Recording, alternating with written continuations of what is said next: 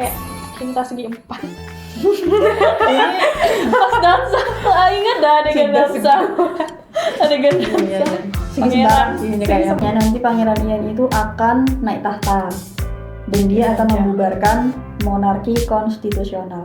Jadi dia akan menyudahi konstitusional. Dia akan kembali ke Solo. Ke Solo Sebagai rakyat biasa. Terenyuh hati kecil Mungil ini ya. Pas dia bilang sama pangeran, aku mau.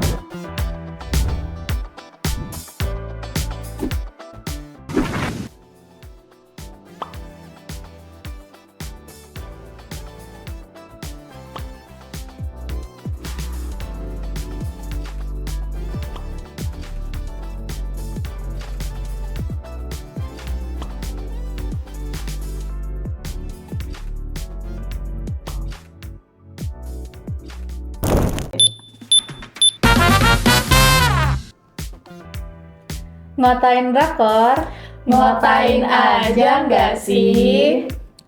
Kita kembali lagi di episode Ngotain Drakor. Kali ini drakor terbaru tentang monarki konstitusional. Iya. Judulnya adalah Perfect Crown. Nah, kali ini drakor bisa dibilang comeback ya. Iya. Dari para pemeran-pemerannya oleh siapa, Kak? Ada Ayu, terus juga ada Byeon Woo-suk, sama Steve Noh. Noh Sang-hyun. Siapa namanya? Noh Sang-hyun. Oh, Noh Sang-hyun ya. Itu nama luarnya. Oh, jadi dia orang luar baru tahu. Terus ada Gong Song-yoon, sama Yoo So-bin dan Lee Yeon, dan lain-lainnya. Oke. Nah, drakor ini sudah memasuki paruh pertama. Iya. Dari 12 episode, dia udah episode 6. Mungkin Meli boleh menyampaikan sinopsisnya terlebih dahulu. Jadi drakor ini adalah tentang kerajaan monarki, kerajaan Korea, tapi lebih ke modern gitu. Udah berdampingan sama pemerintahan. Rakyat itu masih tetap hormat, masih tetap kayak mengagung-agungkan keluarga kerajaan. Jadi di sini masih ada kasta gitu, Kak. Ini lebih mirip ke monarki konstitusional kayak di Inggris, Iya. Thailand, gitu kan. Jadi ada kerajaan tapi ada demokrasinya juga. Nah, mungkin langsung saja kita akan mengulik tokoh-tokoh. Kan ini cukup banyak ya tokohnya. Dan ada beberapa yang reunian juga. Dari IU sama Byeon Woo-suk sendiri kan juga reunian ya dari Moon Lovers. Walaupun Byeon Woo-suk di Moon Lovers kemarin dia cameo. Ini jadi mantan pacarnya Byeon Woo-suk selingkuh. Berbanding terbalik. Terus si Byeon Woo-suk juga reunian sama ibu surinya nih di sini dari drama sebelumnya juga gitu. Terus ada yang kemarin kita tonton juga di Undercover Miss Hong. Salah satu ya kan staf keamanannya Pangeran Ian yang merupakan mata-mata. Iya. Dia turun itu ya, turun jabatan ya. Dari pewaris jadi pelayan. Terus ada juga yang dari ini yang dari trio Sobangcha. Jadi salah satu stafnya IU ya kan? Nah, itu Di juga. Kastel. Nah, mungkin kita akan bahas aktor favorit lah atau pemeran yang paling kita klik di drakor ini. Dari Nelly dulu mungkin. Sudah pasti Ayu dan Byeon Woo-suk. Terus yang ketiganya yang jadi Dewi Mama itu. Jadi mama. Ibu Suri itu. 3 itu. Ya, 3 itu. Kak Yunda. Kalau aku pasti sih pemeran utama ya, Ayu dan siapa sih namanya? Byeon Woo-suk. Nah, ada lagi nih selain itu ajudannya. Ajudan ini siapa namanya? Pangeran. Ajudan itu. Ada aja gebrakan dan ekspresinya yang buat aku gelitik banget ya. Satu lagi ada ini, dia waktu masih sekolah sama Ayu itu suka berantem tuh, suka bersaing. Oh iya, tahu. Nah, itu sih gitu. Tapi kayaknya itu cuma cameo. Iya, itu sudah. Lewat berapa episode gitu. Iya, itu cukup membantu ya pas dia udah disuruh tinggal di tempat istana kan. Bukan. Asrama. Kediaman asrama sekolah kerajaan. Oh itu sama kerajaan. Nggak tahu. Soalnya kan ini monarki kerajaan ini kan, kerajaan demokrasi. Jadi mereka tuh ada yang membedakan kastanya. Jadi sekolah untuk para bangsawan di sekolah kerajaan. Sedangkan Ayu itu kan sebenarnya bukan bangsawan kan. Nah, nanti kita kupas. Oke, itu ya yang aku suka. Kalau aku aku tuh suka siapa ya? Dia bingung. Aku untuk pemerannya Byeon Woosok tuh bagus banget. Tapi aku lebih ke notice ke Ayunya gitu, karena banyak relate-nya ke Ayu. Byeon Woosok itu dia apa ya, kayak ada sesuatu yang menarik untuk kita kulik aja gitu. Tapi kalau untuk karakternya aku ya nggak apa-apa, nggak mengganggu juga gitu. Sama yang tadi yang Yoo Subin itu yang peran jadi Aju dan Choi. Aku penasaran sama dia karena kemarin dia habis main di Week Hero Class, itu dia di situ jadi villain. Nah di sini kan dia perannya antagonis nih, protagonis. Kemarin dia antagonis, jadi kayak perkembangan karakternya itu pengen ngelihat sejauh mana dia bisa membawakan karakternya tanpa kebawa dengan karakter yang kemarin. Terus jujur aku juga kalau penasaran banget, aku malah penasaran sama Perdana Menterinya Min. Oh, yang dekat sama Ayu. Ya, itu kayak itu dia ada sesuatu yang harus kita selesaikan bareng-bareng, yuk duduk dulu kita ngobrol. Itu sih untuk karakternya ya. Oke, sekarang kita lanjut dengan cuplikan-cuplikan dulu dah sih. Adegan ya. Adegan yang kita sukai. Ya. Dari Kak Indah dulu. Oke. Aku notice banget cegil-cegilnya Ayu sih ya. Ayu sangat-sangat agresif dibandingkan drakor-drakor sebelumnya yang aku tonton. Tapi tetap mencirikan Ayu. Drakor sebelumnya yang aku tonton tuh yang menyedihkan itu loh. When Life itu. WLGYT. Ya, itu ya. Di sini dia cukup cagil, tapi persamaannya adalah dia tetap sama-sama jadi wanita yang punya prinsip, sama kayak di yang sebelumnya itu ya, yang aku tonton itu. Itu sih adegan-adegannya yang cagil-cagilnya ya. Terutama menggoda si pangeran. Itu sih. Sama bagian, nah ada kalimat Ayu yang cukup aku tuh, kalau aku disebut itu juga sih aku agak terenyuh hati kecil mungil ini ya.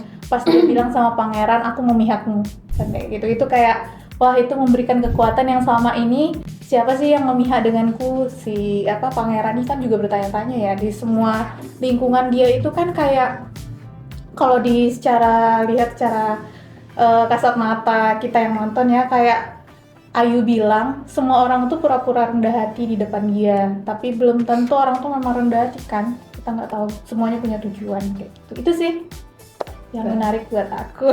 Ya. Sebenarnya banyak sih, tapi kami suka adegan yang waktu pangeran ngehalangin panah Ayu sampai luka. Iya. Padahal Ayu itu kan niatnya cuman kayak gertak gitu kan.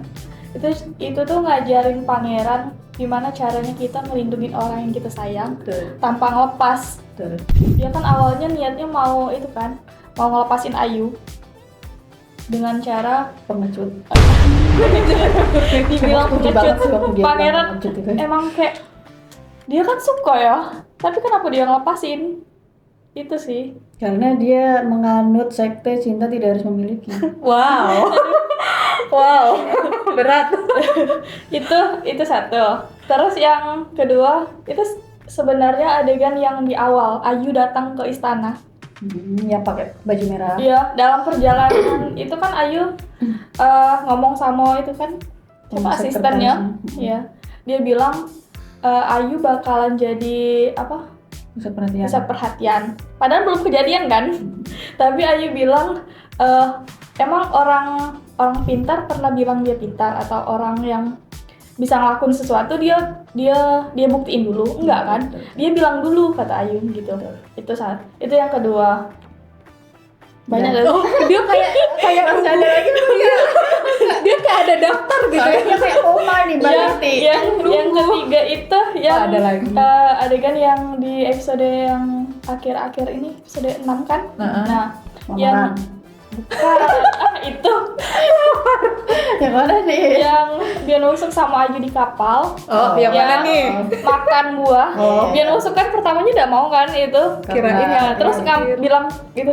Peraturan Gitu. kerajaan kan. Jadi makanannya tuh belum terverifikasi. Iya. Jadi kayak udahlah kalau sama aku tuh kayak ya udah kayak sama siapa aja gitu. Jadi kan. diri sendiri aja Jadi diri gitu. sendiri aja gitu.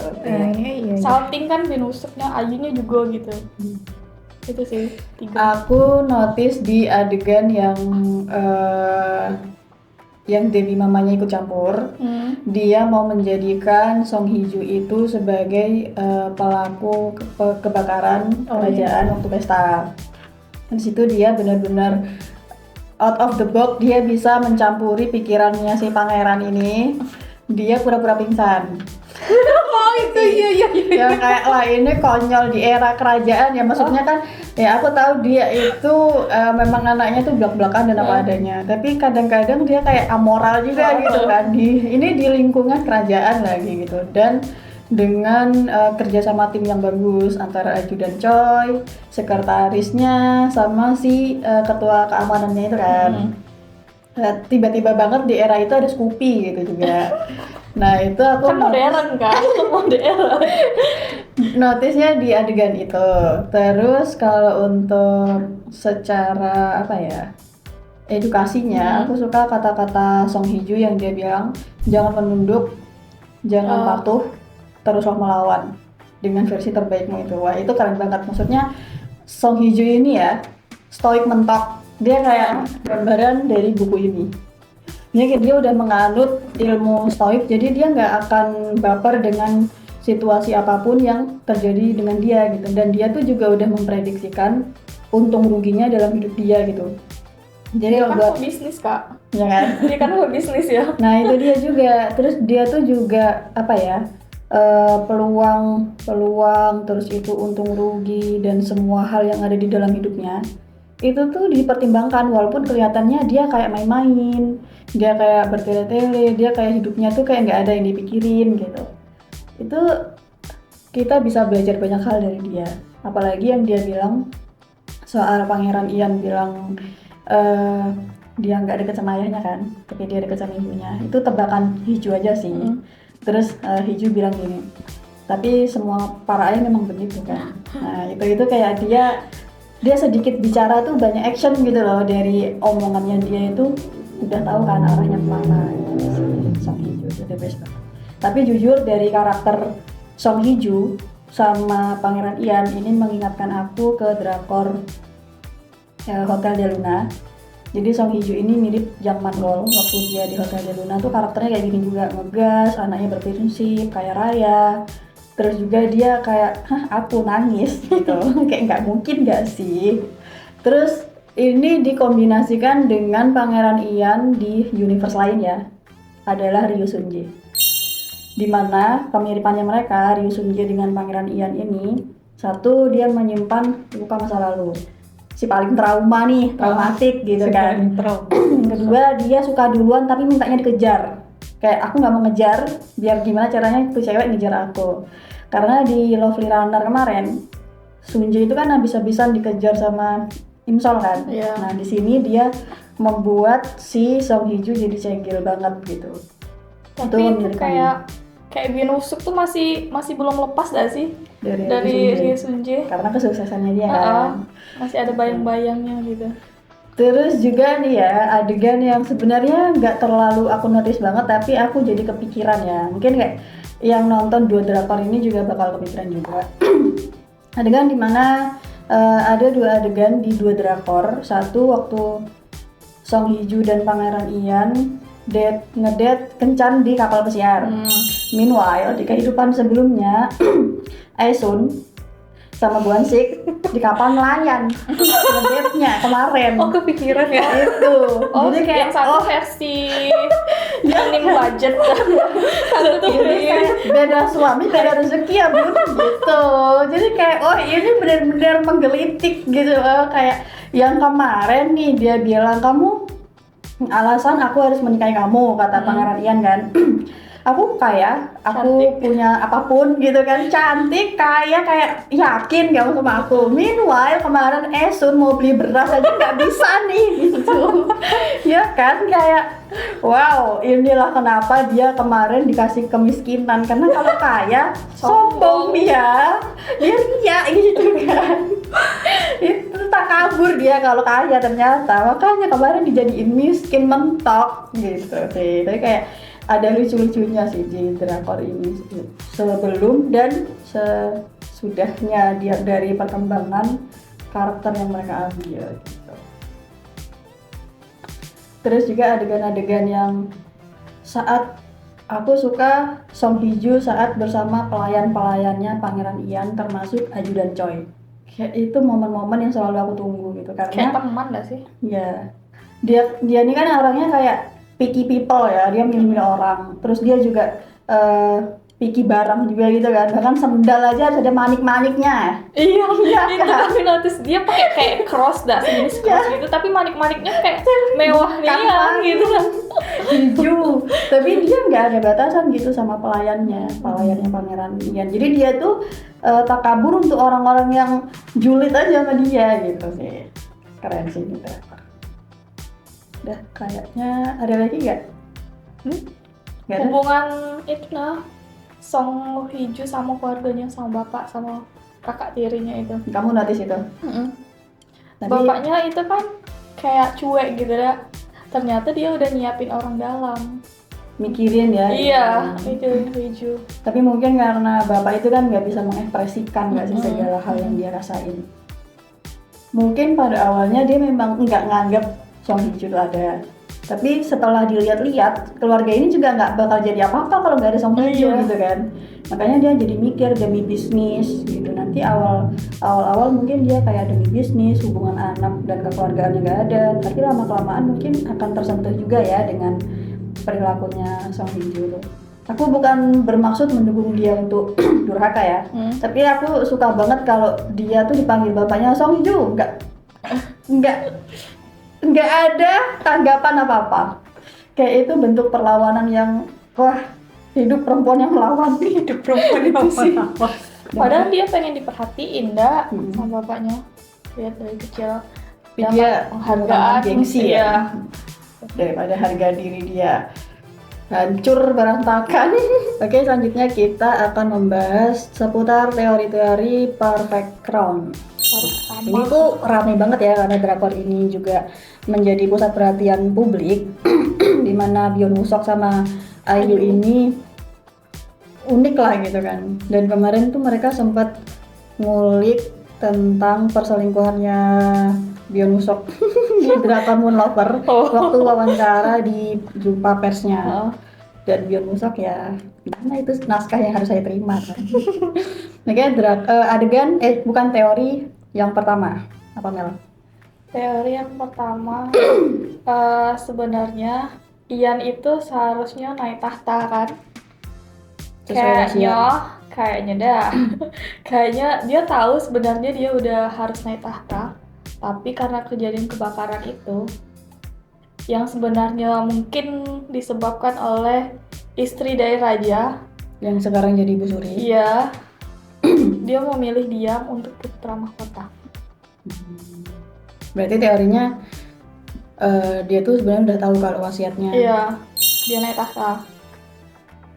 Tapi emang dia kayaknya udah tahu deh Mel. Soalnya kan disinggung kemarin di episode 5 kan. Iya, sama Tapi surinya Belum ada bukti aja belum dia. ada bukti, belum ada kayak cuplikan dia nyaksiin itu. Oke, udah. keterlibatan Bapak Jo Jae-yoon atau Song Won yang pernah jadi ajudan atau siapa Itu mertua. mertua itu, ya. mertuanya Ibu Suri. Mertua raja. mertua itu. raja. Itu mamanya Dewi Mama. Oh ini Mamanya mamanya. Dewi Mama. Bapaknya. Oh iya. Mertua raja itu. Heeh. Oh, Makanya dia punya kuasa. aku hubungannya bingung ya. Kemarin tuh kan dia pernah jadi apa ya, ajudannya raja kalau nggak salah ya. Raja sebelumnya itu loh yang pakein baju. Bukan. Iya. Bukan ajudan nggak sih? Apa itu? Dia cuma kayak Sampein dulu adegannya. Ada yang raja sebelumnya kan ada cuplikan hitam-hitam gitu, pakein baju, terus kayak mendampingi sama kayak ajudan ini loh. Siapa namanya? Oh, paham, Ya. paham. Tahu? Kayaknya Raja yang sebelumnya itu bukan bapaknya Ian tapi kakaknya Ian kan? Yaitu mertuanya. Oh. kayaknya itu tuh pas sebelum dia nikah lah, ada. Sebelum nikah ya? Sebelum nikah sampai Ian itu datang kayak nanya lagi yakin nggak gitu lah. Karena di kesempatan terakhir Sus ya, berpikir gitu. Keterlibatannya itu untuk kerajaan sih. Aku masih rancu ya dengan bapak ini, dia mau mengambil apa sih dari ini, soalnya kan dia juga sama Ibu Suri itu. Sepertinya, aku nggak tahu ya, sepertinya itu kalau yang aku lihat itu mendukung secara penuh tuh kayaknya nggak 100% banget deh. Aku nggak tahu ya punya tujuan lain atau enggaknya. Apakah dia juga di balik itu pernah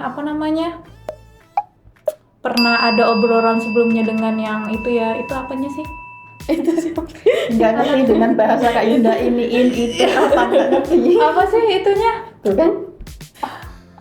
baby mama itu. Iya, kakaknya Ian Oh, itu kakaknya Ian. gimana gitu kan kedekatannya waktu itu tuh gimana, aku kurang itu juga sih, kurang. Jadi kayak peran ganda mungkin ya Mungkin aku juga nggak di tahu. balik karakter mertua raja. Nah, aku pertama kita balik lagi ke episode awal. Di 2 episode pertama itu aku penasaran dengan ini, nggak tahu ada keterlibatannya apa enggak, tapi aku pengen menjadikan ini teori aja sih. Lambang yang ada di sekolah dan seragamnya ini Song Hye-ju, seragam sekolah kerajaan. Itu kan dia ada kayak lambang 4 gitu kan. Lambang 4. Itu kalau kita, karena ini apa ya, genrenya historical fiksi kan, dan kerajaan juga sejarah. Jadi mungkin ini ada keterkaitannya dengan sejarah-sejarah Korea Tiongkok gitu. Kalau itu emang berkaitan di logonya itu kan ada kayak 4 kayak ketupat gitu kan. Itu kalau di Tiongkok tuh Jangan bayangin ada lihat aja di seragam hijau. Dia mengarah ke lambang ini mitologi Tiongkok, Azure Dragon. Jadi kayak apa ya? Kayak elemen gitu loh, penguasaan elemen gitu. Kayak air, mungkin api, udara. Oh, bukan kayak Shin yang Shin, bukan kayak gitu ya? Yang itu Yin yang, bukan kayak Itu Yin kan yang. lain lagi ya. Nah, mungkin ada keterkaitannya, tapi nggak tahu nih antara lambang Azure Dragon dengan kerajaan Korea itu apa korelasinya gitu. Itu sih pertama ke lambang itu, karena dia tuh kayak di drakor ini nggak mungkin semuanya tuh sekonyong-konyong keluar aja kayak sebagai hiburan atau sebagai pemanis visual doang, ya kan, ada kan? cukup mencolok ya itunya. Nah ini di lambangnya ini kan, soalnya ini selalu disorot nih di kalau episode gitu. Nah itu yang pertama. Yang kedua mungkin Oh, ada. justru aku mau bilang kalau mertua raja itu adalah dalang sebenarnya, dalang dibalik semua kematian keluarga kerajaan. Karena dia itu kan pengen mendapatkan tahta raja, jadi dia melakukan segala sesuatunya yang menguntungkan dia aja gitu. Kayak dia nggak peduli mau anaknya itu setuju apa enggak, yang penting dia dapat tahta raja, dia megang kerajaannya gitu. Karena dia pengen menciptakan ya itu tadi yang kayak apa ya, otoritas yang tidak diciptakan oleh raja, yang dia tuh pengen mencapai sesuatu dengan Kuasa ambisinya gitu dia ya. sendiri gitu. Tapi melalui tahta raja. Jadi aku menduga teorinya itu mertua raja itu adalah dalang dibalik semua kayak kematian bahkan dari mendiang ayahnya Ian, mamanya Ian, kakaknya Ian itu sendiri, kayak dia adalah dalang dibalik itu. Terus mungkin bisa jadi kemarin yang waktu Hiju kecelakaan itu dia juga dalang. Oh iya, itu masih Karena kan diselidikin itu. dia sengaja nih ngarahinnya ke keluarga dia biar si Hijunya ini makin keles sama keluarganya, makin marahan sama kakaknya gitu, sama ayahnya gitu kan. Tapi dia nggak tahu aja, Hiju juga nggak menganggap penting kok keluarganya gitu kan. Jadi kayak taktiknya salah gitu. Jadi dia pengen membuat satu keluarga ini berpecah belah makin kenceng gitu. Terus teori ini, kalau teori konyol ya dari penggemar itu katanya Huang dari Mama itu dulu sebenarnya kekasihnya Pangeran Ian. Dan karena Pangeran Ian ini tidak punya kuasa untuk naik tahta, jadi dia harus merelakan pada kakaknya. Sementara kakaknya kan nggak mau nih naik tahta, dan dia tahu betul keinginan adiknya apa dan kualitas adiknya sebagai seorang pemimpin gitu kan. Jadi Ian merelakan lah dia dinikahi oleh kakaknya. Kata teori fans ya ini. Awalnya kami kira yang Debbie Mama itu sukanya sama Ian. Tapi malah karena raja itu yang lebih punya kayak kuasa bakal naik tahta gitu dinikahin. Awalnya itu kami mikir. Tapi ngeliat Debbie Mama kayak mancing-mancing itu siapa Perdana Menteri supaya nahan itu makin itu dah sih makin yakin dah sih kalau Debbie Mama pernah suka sama pangeran. Oh gitu ya. Bisa juga sih Mel dipaduin kan. Jadi kayak sebenarnya Pangeran Ian sama Debbie Mama itu ada masa lalu gitu kan. Karena melihat dia tidak menjadi supporting system terbaik di kakaknya Pangeran Ian.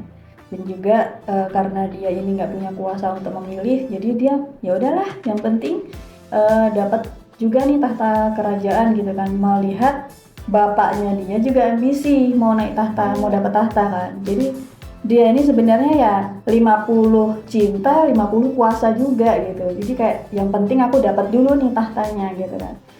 Soal nanti cintaku berlayar apa enggak, bisalah kita atur gitu kan. Tapi mungkin bisa jadi tipis tipis peluangnya sih. Ya, tipis peluangnya. Bisa jadi dengan akal-akalannya dia yang mau mencarikan pendamping hidup buat Pangeran Ian, itu juga memperkuat teori kalau sebenarnya dia yang suka Pangeran Ian ya. Mungkin ini yang nggak tahu juga kan, karena dia merasa dia paling tahu semuanya tentang Pangeran Ian.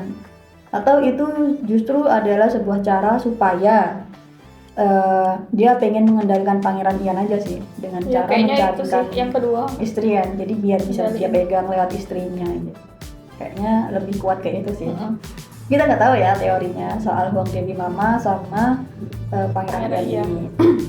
Terus ada lagi nih teori yang menurut kita nggak boleh kita lupain juga, adalah Perdana Menteri Min Jong-woo. Dia ini kalau aku bilang dia itu tidak mendukung siapa-siapa, tapi dia bisa menjadi afiliasinya Pangeran Ian karena dia pengen kabinet itu berjalan sebagaimana mestinya dan kerajaan itu tidak ada apa-apa. Tapi dia bisa berpeluang menjadi sosok yang antagonis ketika Song Hye-ju ikut campur terlalu dalam di dalam kerajaan ini. Karena kan sebenarnya selain dia juga jatuh cinta kepada si Song Hye-ju ini, Perdana Menteri Min ini tuh kayaknya cuma mau menghalangi Song Hye-ju buat biar nggak masuk dan terlibat ke dalam istana, karena dia tahu nih seberapa menyeramkan istana itu, dan dia berpeluang menjadi orang yang antagonis nanti ketika Song Hye-ju mungkin dalam bahaya atau pada akhirnya Song Hye-ju dan Ian itu beneran berlayar. Itu sih pasti pemicunya tuh gitu. Jadi nanti ada momen dia kayaknya antagonis gitu dan terlihat tidak memihak Pangeran Ian.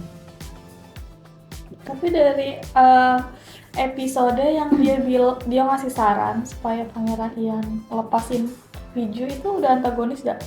Menurutku enggak. Malah karena dia bilangnya gini, karena Hye-ju itu nggak tahu apa yang ada di dalam istana. Jadi kayak misteri yang Hye-ju tahu itu ya kayak ya sebagaimana kerajaan pada umumnya aja. Di situ dia cuma pengen nyelamatin Hye-ju kan. Hye-ju sama Ian kan cuma nikah kontrak nanti. Nah, kalau tujuan kamu cuma status, nikahin aku aja, kata si Perdana Menteri kan.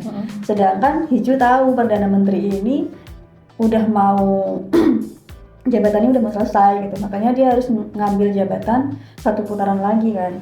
Kalau misalnya nanti Hye-ju jadi jandanya Min Jong-woo dan Min Jong-woo udah kayak apa selesai jabatannya, dia nggak bakal mungkin dapat bangsawan lagi dong. Tapi kalau dia mantan istri raja, statusnya selamanya. Makanya si Hye-ju ini cerdas taktiknya gitu. Dia juga nggak mau ngorbanin Jong-woo untuk sekedar status doang kan, karena kan Jong-woo itu yang paling baik sama dia, satu-satunya orang yang membela dan mendukung dia lah gitu. Itu sih, malah aku melihatnya itu demi kebaikan Hye-ju gitu. belum antagonis. Nanti antagonisnya mungkin ketika kan lamaran nih, jadi banget nih nikah nih nanti jadi istrinya si Ian. Nah, perseteruannya dimulai dengan Dewi Mama itu. Disitulah dia masuk. Si Jongwoo itu kayaknya gitu deh. Nanti. Pas waktu dansa itu juga kelihatan kayak cinta segi empat. Pas dansa, ingat dah adegan dansa. Adegan dansa. Iya. Segi sembarang sih ini kayaknya. Tapi aku sempet seuzon juga Mel antara Baby Mama itu sama Min Jong-woo. Kayaknya dia tuh ada ketertarikan juga. Iya. Karena dia kayak merasa bisa berlindung gitu ke Min Jong-woo kan. Daripada ke bapaknya dia. Min Jong-woo ini dikenal sama Baby Mama kayak sosok yang lemah lembut, mau mendengarkan. Dan dia menampung semua aspirasi gitu kan. Jadi kayak dia ngerasa lebih diperhatikan Perdana Menterinya nih daripada bapaknya. Makanya ketika dia turun dari tangga setelah after party itu, dia mau digandeng sama Perdana Menteri itu. Cantiknya sih. Iya kan? Tapi dia di sini benar-benar bisa memerankan vibe Ibu Suri banget ya. Padahal belum tua-tua amat gak sih? Iya betul. Harusnya yang tua kan. Disuruh biasanya. Terus teori terakhir ini dengan pernikahan kontrak yang akan dilakukan oleh Pangeran Ian dan Song Hye-ju ini, sepertinya nanti Pangeran Ian itu akan naik tahta dan dia akan membubarkan monarki konstitusional. Jadi dia akan menyudahi era monarkinya, dia akan kembali ke konstitusional, dia akan kembali ke Solo. Kok Solo? Sebagai rakyat biasa. Aku kok jadi inget Ya, jadi kayaknya dia akan membubarkan monarkinya gitu dan dia akan menjadikan Korea ya seperti sekarang ini. selayaknya Korea lah. Soalnya apa ya gimana ya? Seperti sekarang ini yang tidak monarki konstitusional gitu. Warga masih tetap ada kayak bayangan-bayangan. Ini kasta ini kasta ini. Betul. Ini kan eranya after Joseon, Goryeo. Jadi ini udah yang masuk ke monarki konstitusional. Nah, itu sih. Terus juga ada teori konyol katanya raja yang sekarang menjabat itu bisa jadi bukan anaknya Hong Dan Imama. Hah, jadi? Dia bukan anak raja atau anak kakaknya Pangeran Ian. Tetap anaknya Hwang Dewi Mama, tapi dia bukan anak raja sebenarnya. Itu kayak akal-akalan Dewi Mama biar bisa naik tahta aja. Sebenarnya dia bisa jadi anak dengan laki-laki lain yang tidak terdeteksi pada saat itu. Tapi kenapa dia mirip sama itu? Fisiknya lemah gitu. Karena kan Tampilannya ya nggak sih? Ketakutan. didikannya mungkin ya kita nggak tahu kan, karena nih dari rajanya ini si kecil mungil yang Kyowo ini kita nggak tahu teori apa. Dia nggak mungkin muncul sekonyong-konyong dong sebagai pelengkap penderita raja, nggak mungkin ini. Dia pasti ada teori tersendiri. Jadi kayaknya mungkin ya si Dede ini nanti si Raja ada momen. si orang kecil ini nanti mungkin ada terkuak sebuah fakta yang bisa jadi plot twist mungkin kan, kita nggak tahu. Sih kayak teori konyol gitu kan, anak raja tuh itu jahat sih, kayak jahat banget sebagai ini ya, tapi nggak tahu juga sih. Kita lihat 6 episode ke depannya. Iya. Nah, itulah tadi teori-teori kita yang mungkin sekedar banyolan aja ya. Ada teori konyol, teori yang kayaknya terlihat serius gitu kan. Tapi sebelum kita mengakhiri sesi ini, mungkin kita bolehlah menyampaikan harapan sedikit untuk paruh kedua nanti. Apa yang akan kamu inginkan? Bener nggak ya pikiranku? Bener nggak ya? Lebih ke pangeran itu lebih tegas gitu. Itu harapannya ya. Iya, selama ini kan dia kan cuman kayak maju berhenti, maju Loyo. berhenti, Kayak ayam sayur banget ya. loyo gitu. Kan sekarang kan udah ada calon istri, Asik. calon istri. Perkembangan karakter Pangeran Ian. Iya, Ya. Kak Yunda? Aku mau lihat gebrakan apa yang mereka buat nih ketika mereka udah jadi pasangan Pangeran sama Ayu ini. Itu gebrakan apa yang mau, perlawanan apa yang mau mereka lakukan nantinya gitu. Itu yang aku tunggu-tunggu sih harapannya. Karena Ibu Suri ini kan cukup manis-manis lembut gitu aja, tapi sadis ya Bu ya. Gitu, aku nunggu itu aja sih. Kalau aku berharapnya mungkin ajudan Choi sama sekretaris Song Hye Ju itu ada something, itu akan lebih baik sih. Karena kayaknya itu yang bakal bisa menyelamatkan romance di drakor ini. Oh, aku ngerti. Itu aja sih kayaknya, sama mungkin cameo kali ya, yang harus gong nih di endingnya gitu kan. Mungkin raja sebelumnya juga nggak apa-apa tuh di Moon Lovers muncul lah di sini. Ya itu nggak apa-apa juga sebagai siapa gitu kan, kita nggak tahu. Atau tiba-tiba ada itu cowoknya Ayu. Astagfirullah. Satu episode terakhir. Jujur aku selama nonton kepikiran sama Lee Jong Suk. Iya, Lee Jong Suk kayak mana ya? Ayu sama Byeon Woo Suk kayak itu. Terus kemarin ada kapal pesiar, aku tuh ngebatin pasti Byeon Woo Suk nih bilang, oh jadi gini rasanya jadi Lee Jong Suk ya. Kayaknya, tapi dia supporting system loh Lee Jong Suk di Instagramnya, dia ngupload foto yang banyak bersyarat lah, mengarahnya ke Ayu gitu. Sebagai bentuk dukungan, aku masih mencintaimu gitu. Hei, ingat aku ada di sini. Ya sepertinya kita udah selesai ya membahas drakor Perfect Crown dari episode 1 sampai episode 6 yang bisa ditonton di aplikasi apa Mel? Di Disney Plus. Disney Plus. Nanti selanjutnya kita akan kembali di episode 7 sampai 12 setelah tamat ya, dan kita akan membuktikan teori-teori kita hari ini apakah benar atau tidak ada satupun yang benar. Atau ada plot twist Yang lain. Ya, kita juga nggak sabar untuk menantikan bagaimana rumah tangga Song Hye Ju dan Pangeran Ian ke depannya gitu. Jadi terima kasih sudah menonton video kita hari ini. Jangan lupa like, comment, share, dan subscribe. Nyalakan lonceng notifikasinya supaya tidak ketinggalan video-video kita selanjutnya. See you next video dan Bye. bye. Ngatain drakor, Ngatain aja nggak sih?